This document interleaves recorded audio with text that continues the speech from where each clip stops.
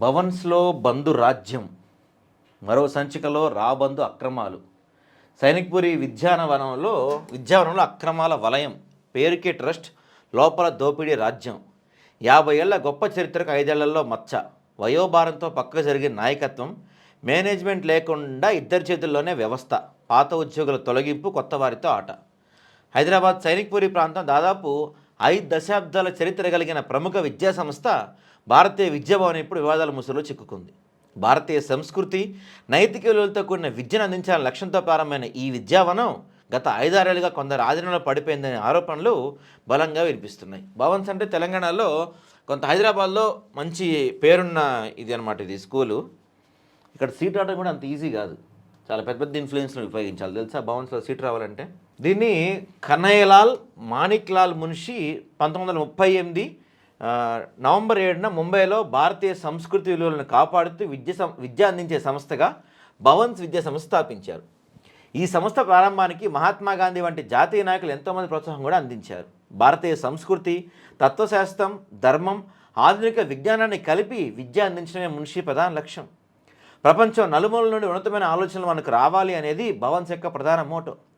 భారతీయ సంస్కృతి విలువలతో కూడిన ఆధునిక విద్య ద్వారా సమాజానికి బాధ్యత గల మంచి పౌరులను తయారు చేయటం భవన్స్ విద్యా సంస్థల లక్ష్యం.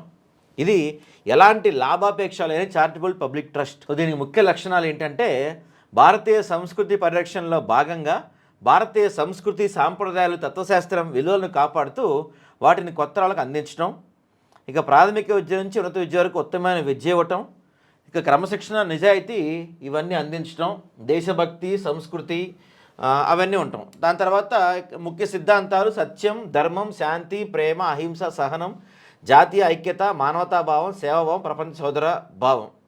సో ఇవన్నీ దీంట్లో ఉంచాలని చెప్పి ఏర్పాటు చేశారంటే ఇది ఎప్పుడు ఇది సైనిక్పూర్లో ఎప్పుడు ఏర్పడింది. నగరంలో సైనిక్పూరితో పాటు రామ్కోటి, జూబ్లీ హిల్స్, నారాయణగూడ తదితర ప్రాంతాల్లో ఉన్నాయి. 1974 సైనిక్పూరిలో బ్రిగేడియర్ కేఎం రావు చొరవతో దీన్ని ఏర్పాటు చేశారు. రాష్ట్ర ప్రభుత్వం 50 ఎకరాల భూమి ఉచితంగా ఇచ్చారంటండి దీనికి.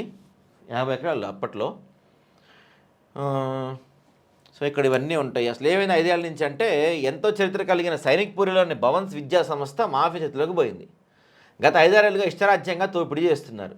ఈ సంస్థ భవన్స్ ఫౌండర్ మెంబర్ జేఎల్ఎన్ శాస్త్రిని వైస్ చైర్మన్గా 1994 నుంచి పనిచేస్తున్నారు. ఆయన కొంత అనారోగ్య సంస్థలు తప్పుకున్నారంట. సో అది కొందరికి బాగా కలిసి వచ్చింది. గౌరవ సెక్రటరీ, డైరెక్టర్ లేరు, మేనేజ్మెంట్ కమిటీ లేదు.